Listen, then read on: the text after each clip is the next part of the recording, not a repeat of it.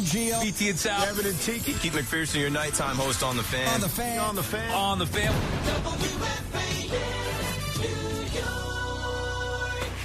It's WFAN Daily, hosted by Pete Hoffman.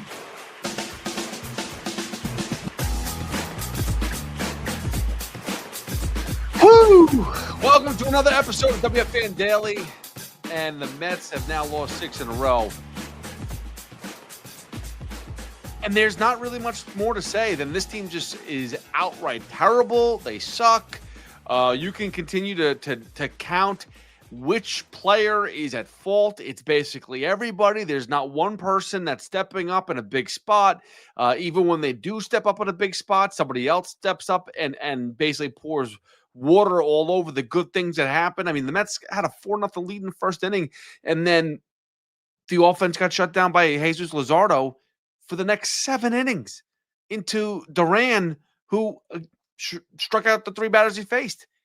It was embarrassing again.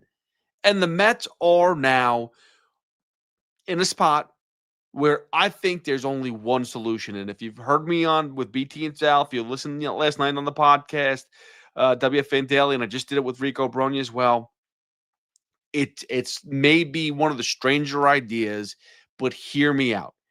Continue to lose until they have been bumped out of that final playoff spot. Right now, they're still in it. They're still currently in a let's see, where are they currently at right now? Let's see where the playoffs, if the playoffs ended today, MLB playoff standings. Let's go wild card, because that's what we're gonna do. We're gonna basically lay out where we are currently standing right now. All right, the playoff. All right, if the things ended today, the Mets 1.5 game lead over the Reds and the Giants. That's right, both teams were off today. I knew that, but I forgot.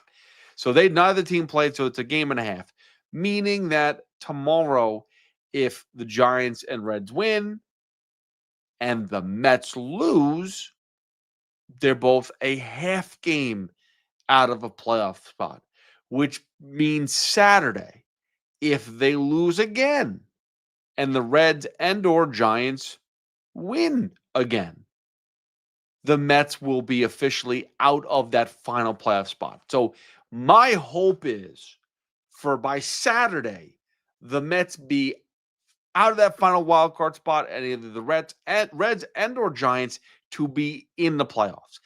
And my point is, and it sucks, and it's playing with fire, and you just don't know if that's going to be the right thing, if it's going to turn the corner, because maybe things do work out. Maybe that is just the what they need is a kick of the ass and go, oh my God, we're not in the playoffs right now? How is this possible? We need to start winning games. And something clicks and they start catching fire, but it's too late at that point in time, right? It could be too late because the Reds and the Giants have taken over. They're not giving the lead back if they keep on winning games. That's a possibility. But I just think that there needs to be a fire lit under this team, and it won't happen until something serious. Like the division wasn't a big deal to them. Not saying it wasn't a big deal because they didn't want it at all, but it's not a big deal because last year they were in a similar spot and they went to the NLCS, being a team that just scraped in game 161 of the playoffs of the regular season.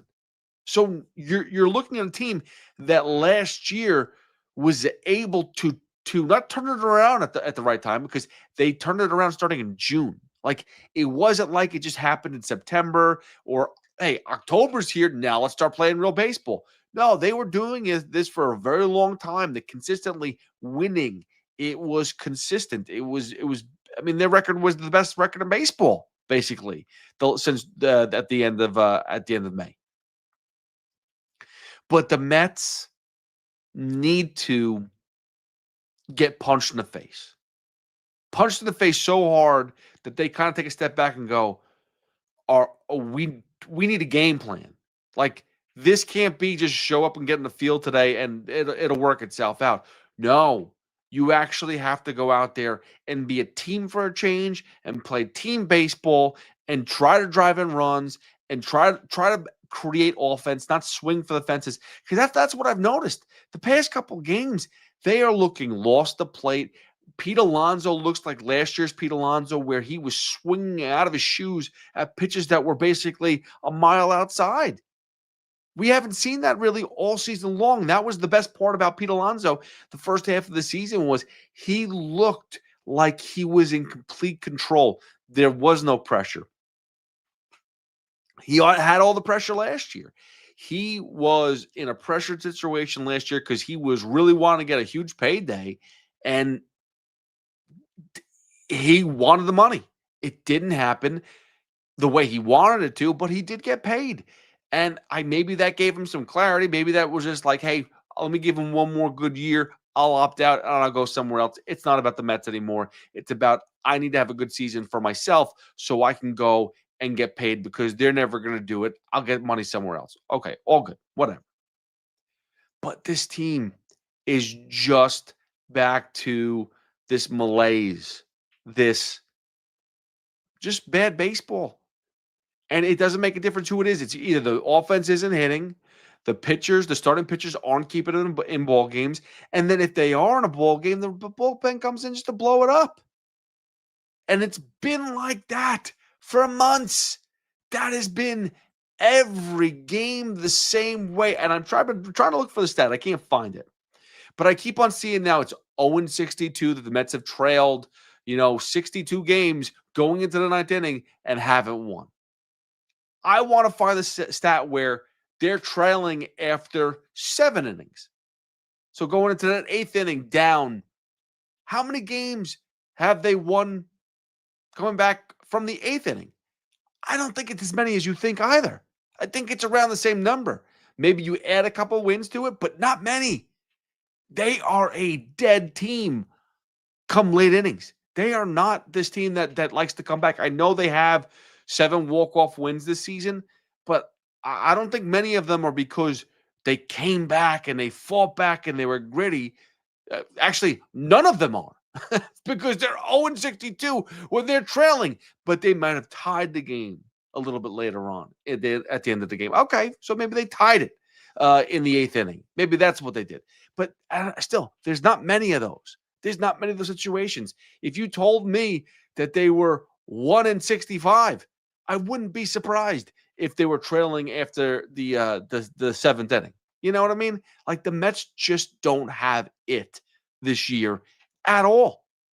They are similar to what the Yankees are. They're bullies. They could bully a pitcher, and then they go and they win the game, but not because they bully a pitcher for an inning. Not for a whole game. They bully a pitcher for an inning. They tried to do that with Luzardo and they got shut out for the next 8, no hit for the next 8 innings. It's disgusting. It's utterly disgusting. And there's not one person that you can't blame at this point in time. It's not like, oh, well, this guy gets a pass. Maybe the 3 young kids that are called up between Sproat, McLean. Oh, my God, excuse me. I'm exhausted. It's been a long week. But between Sproat, McLean, Tong, those guys you can't really blame. But, I mean, that's what we're talking about here is we're giving passes to the 3 young kids that have made 7 starts. The rest of the team is in shambles. And there's no hope in sight. The only hope I can think of is keep on losing. Just keep on losing. And maybe that will wake somebody up like, oh, my God, I just got hit with ice cold water. Or, I just burnt, got 3rd-degree burns by, someone dumping hot water on me or something like that. I don't know, just something to wake them up and be like, you need to be more desperate because this crap of, it's all good, don't worry about it. It's over. It is gone. You basically blown an entire season because you thought you were going to get into the playoffs. I thought you were going to get into the playoffs. We all thought you were going to get into the playoffs. I don't think that anymore.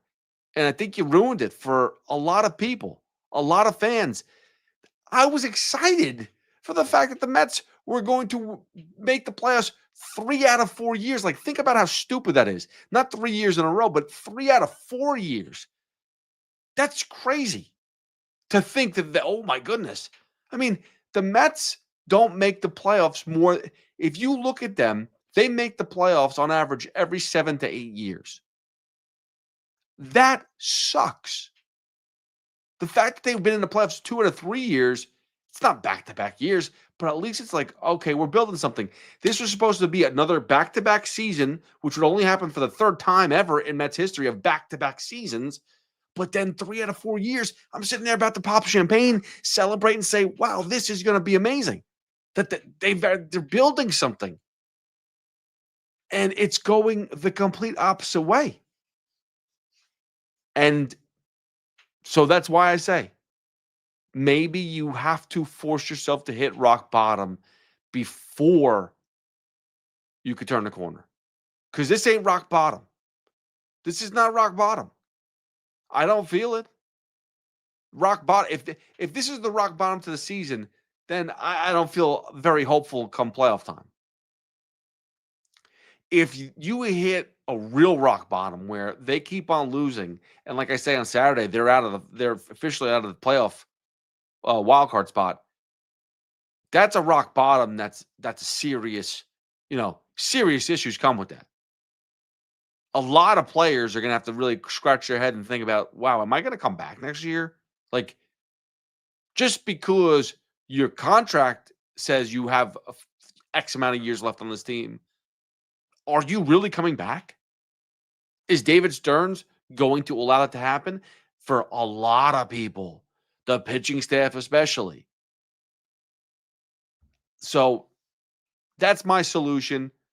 And I think that that's the only way for them to really wake up, because there's no closed door meeting that's going to be like, hey, guys, just keep on being positive and positive Tommy. Yeah, you got to stop. Like, this message is to positive Tommy. I'm sorry, but you're going to have to sit the rest of the season out. You could try to be as positive as you want.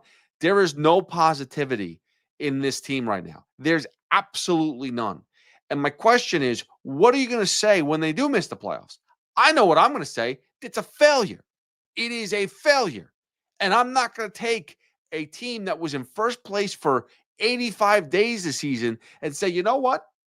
You went from first to not in the playoffs after, in a season where, in a year where they're making it easier for the Mets to make the playoffs. Literally, they've expanded over the last few years. You have expansion playoffs and more wild card teams. Like, they made it easier for the Mets to stay in there. And yet, even this year, it's difficult to get into the playoffs because they make it difficult.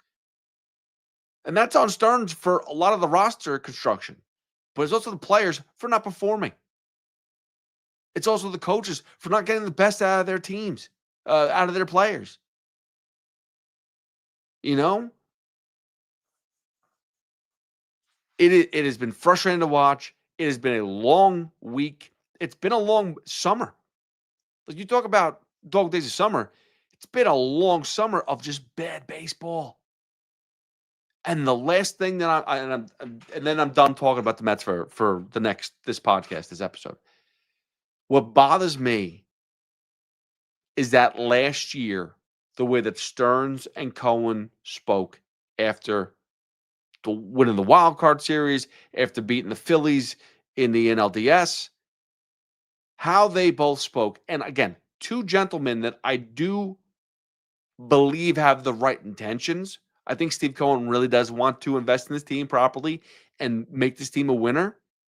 And I do believe that David Stearns thinks he's the smartest guy in the room and thinks he's making the right decisions.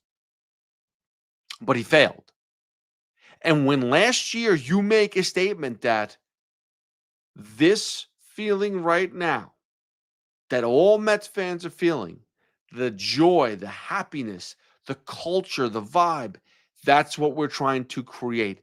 We want to bring this every year. We want our fans to feel this every year.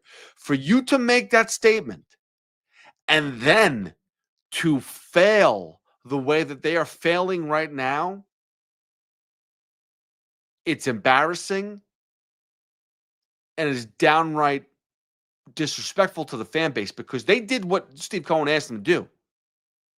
Pack the place. They have packed the place. They've packed the house for months now. 3 million. They're going to have over 3 million ticket sales. The attendance is huge this year. So they did what you asked. It's embarrassing and disrespectful for the product that you're putting out there. The I don't even know what type of garbage you want to call this pitching staff anymore. But this wasteland of pitchers, I understand you got a pitching lab, but this experiment that you put together where you're hoping these guys to go 5 innings, or I don't even know sure what your hope anymore. I'm not really sure what the goal was. This offseason, going into the season, the trade deadline, I'm not sure what David Stern's goal was. It's embarrassing. But you can't say we want to change the culture. We want to change the vibe, change the fans' mentality, and then have us completely collapse the way they've done. And that's what this is. It is a collapse. And it's worse than 2007 because it's actually a better team. It is. You could say, oh, well, there's no, the pitching isn't as good. Well, the pitching wasn't really that good in 2007. There was no ace. You had Ollie Perez, you had John Maine, you had an old Tom Glavine. We don't have an old pitcher. Like, if you told me Jose Quintana was on this team and they were doing the same thing, yeah, you could compare Jose Quintana to Tom Glavine, but Jose Quintana's pitching better than Tom Glavine. I'm telling you, in the playoffs, he pitched better. That's for sure. This team is downright pathetic. And there's going to be a lot of changes. There's going to be a lot of changes come off season. And I don't think Pete Alonso returns. I was thinking that Pete Alonso wasn't going to return anyway, just because I think the way that David Stearns, built his team. But I'm telling you right now, if they miss the playoffs, he's definitely not returning. There's no doubt about it. You could sit there and talk about, he's the home run king for the New York Mets. And, he never cared. David Stearns never cared anyway. So he's easily, hey, man, listen, we lost last year with you. We don't need to spend a lot of money on you to bring you back to lose again. We could lose with other people. It's frustrating. And 15 games left to go. I don't really see the hope. Now, on to the Yankees, as they did finally bounce back. It's funny. It's a bullpen game for the Detroit Tigers, and the Yankees find a way to put up 1,000 runs. Aaron Judge, 2 home runs, which was good to see. And it was the first 2 at-bats of after shaking the President Trump's hand. So there you go. Maybe he got some good luck from President Trump. But that being said, I mean, listen, the Yankees do what the Yankees do. They beat up on bad pitching. They beat up on bad teams. It's continuous. It hasn't changed all season long. I'm not going to sit there and get excited and say, oh, the Yankees are back. They are now, I think they are 5-4 on this gauntlet. They have 3 games left. In this 12-game series, they played the Astros, Blue Jays, Tigers, and now Red Sox. And they're 5-4 in the first 9, and they've got 3 more games against the Red Sox.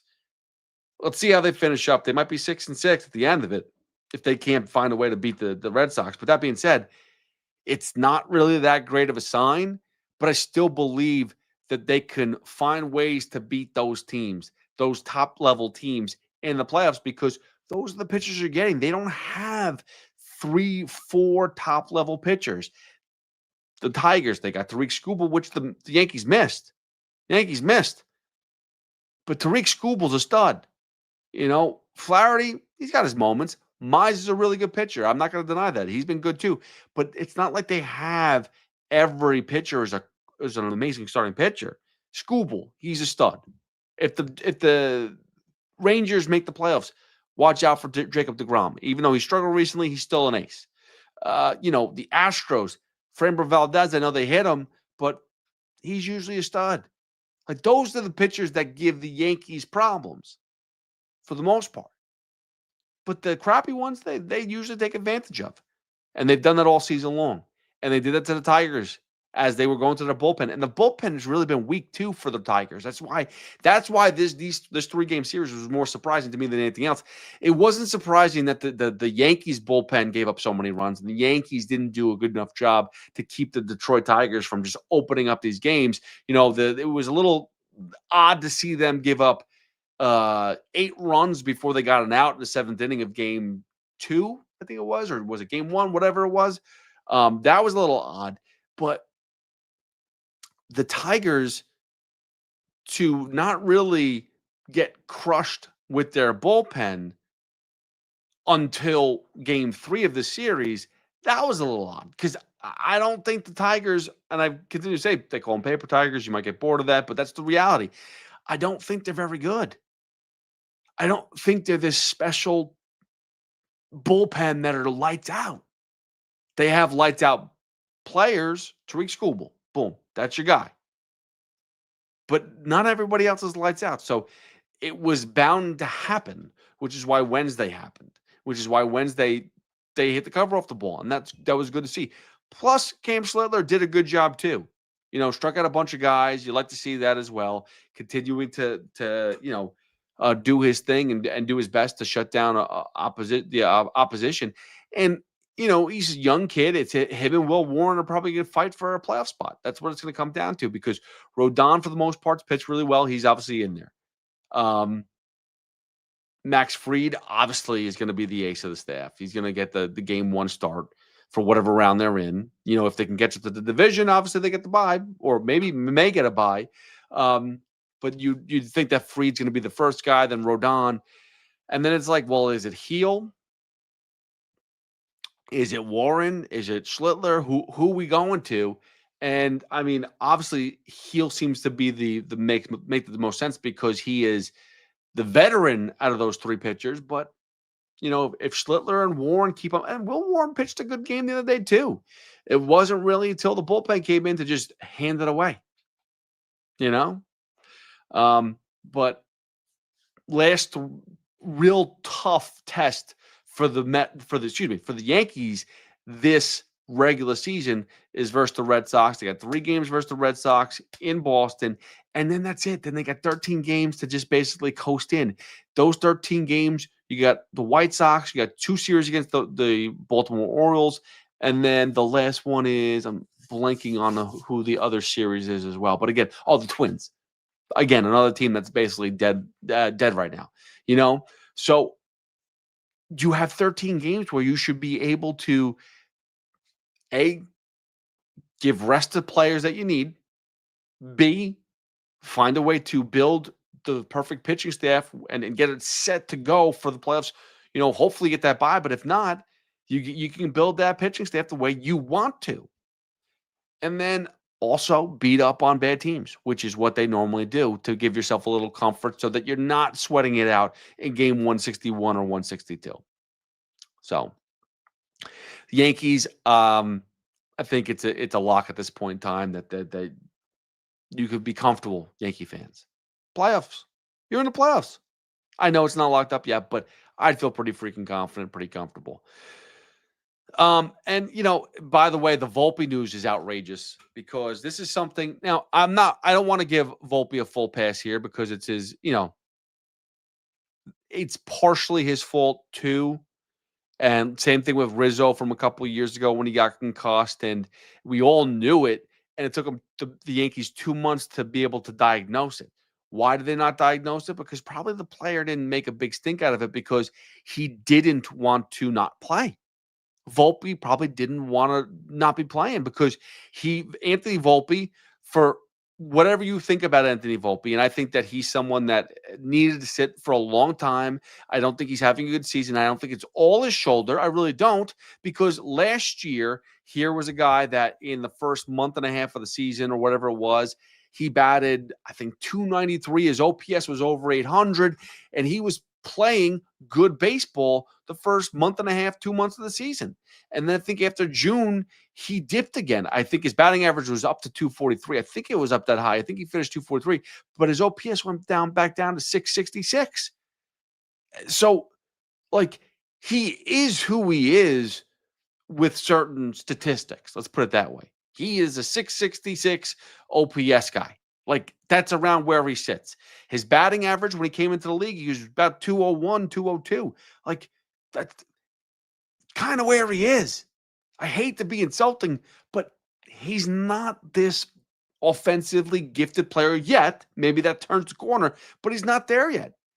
Now, this season, you handcuff that aspect that he's not this amazing player yet with the fact that he got injured in May. I mean, you're asking for trouble. The biggest issue is, how do the Yankees staff, medical staff, continue to allow players to go undiagnosed for so long? This even goes with the Aaron Judge stuff. How long do we know that he had an issue with his wrist or with his forearm? Fans knew that. Like, I knew that. I called it out the day that it happened in Toronto, where you saw him throw a ball in, and you're like, that doesn't look normal. And then 5 days later, they're like, oh yeah, he's gonna have to go on the IL. I think it was 5 days later, maybe it was 10 days later. I don't remember the exact, but we saw it. We all saw it. We all noted it. We all talked about it. And then it took a long time for them to be like, yeah, something's not happening well. He can't really throw the ball. That was it. I think 5 days later, there was that throw from the outfield that he lollipopped in, and it just looked terrible. And you're like, what's going on out there? Oh, he can't throw the ball. And he still can't throw the ball, by the way. We're still probably misdiagnosing what Aaron Judge has. But between Aaron Judge, between Volpe, and between Anthony Rizzo a couple of years ago with the concussion, like, I understand that Anthony Rizzo maybe felt like he had the obligation of, I need to play because Aaron Judge isn't here. He's hurt. He can't be on the field, so I have to be the leader and I have to play because they need me. But he was concussed and he played like crap. Somebody had to step in there. Somebody had to do something. I mean, either he was able to fake the concussion test with flying colors, or they talked about it and are like, you know what, just let us know how you feel. If you really feel bad, then we'll figure something out. And he just never went to them. And Volpe now with the shoulder, the torn labrum, I think it was that they said. I mean, cortisone shots. Give him another day off. We were begging for a day off. We were begging to bring him to the minors. And I still don't feel bad because, we don't know. We didn't know. We didn't know that there was a major issue with the shoulder. And that has nothing to do with his right arm and throwing the baseball, by the way. He's made 15 plus errors, 18 errors in total, but like 15 errors since that injury. And how are we supposed to know? You telling me that a ground ball coming to him that he's bobbling with his glove and he's not fielding properly is because of his left shoulder? If that's the case, then he should not have been on the field. And that's the same thing that goes with his bat too. But then don't tell me too, because, but look at all the home runs he hit. So you can't tell me that either it affected him the whole time or it didn't affect him at all. It's somewhere in between, because he was able to hit home runs. He was able to have some good moments. It's a little bit of 6 dozen one, half dozen the other. Like, I think it's partially he was hurt and is hurt. And a lot of guys play hurt all the time. Don't get me wrong. And also the fact that he's just not as good as I think some people think he is. I think it goes both ways. I really do. But the Yankees can't allow that to happen again. 3 guys now, and again, they handled Judge a lot better than Volpe and Rizzo, but that's still a third experience where you knew something was wrong, but they kind of gave it more time, and then they're like, hey, we don't want him to need Tommy John surgery, so let's shut him down. Could turn into a UCL issue. Oh my God. Like, but you knew this. You knew what was going on, and you still allowed it to happen. It's kind of maybe it's time to like kind of recheck how you do things. And I'm not saying to be like, oh, every injury you got to shut him down for 8 months. No. I'm all for, hey, if a guy can play through it, go for it. But that's also where doctors and the medical staff need to go in there and say, we are here to protect the players as well. The players will not protect themselves because they're protecting themselves by keeping their job, by going out there and playing 162 games. Anthony Volpe thinks that he's keeping his job by going out there and playing. Hey, listen, I was out there, I played, but it wasn't effective and it actually hurt the team. So I wouldn't chalk that up as a win, you know? Anyway, by the way, there is a final in this Thursday night game. Packers 27, Commanders 18. It looks like Austin Eckler went down with an Achilles. The Achilles injuries are so bad. They're just all building up.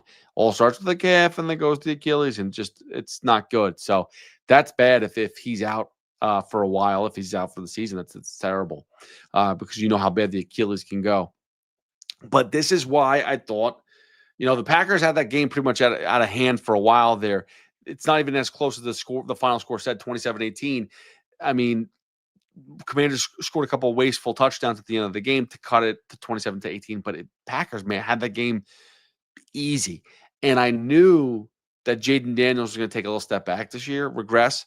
That's why I thought that the Giants were going to be able to beat the Commanders in week 1, or at least keep it really, really close. But they no-showed on offense, and the defense didn't shut down as much as they could have. A lot of opportunities to get off the field sooner, but they allowed those chunk plays after, whether it was a penalty or whatever, maybe a sack, that they put them in a really good spot defensively. The defense had a good opportunity to shut them down, and it backfired. But I don't think the Commanders are going to be as good as you think.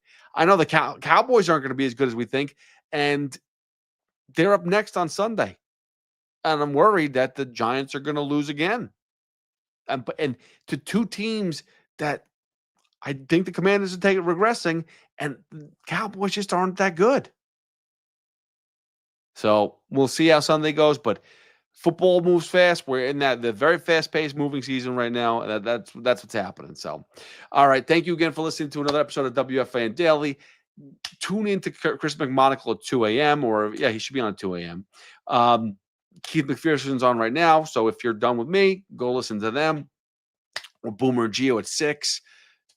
BT and Sal at 10. Evan and Tiki at 2. We will be doing a ton of football, but I'm assuming we're also going to be touching on another collapsed season from the New York Mets. Thank you again for following me at Hoff WFAN. I will see you guys tomorrow and during the weekend in a lot of different places. Maybe even Dallas, if you're making the trip out there to go see the Dallas Cowboys versus the Giants. Have a good evening, get some sleep, and we'll do this thing tomorrow or today, depending on when you listen to this. See ya.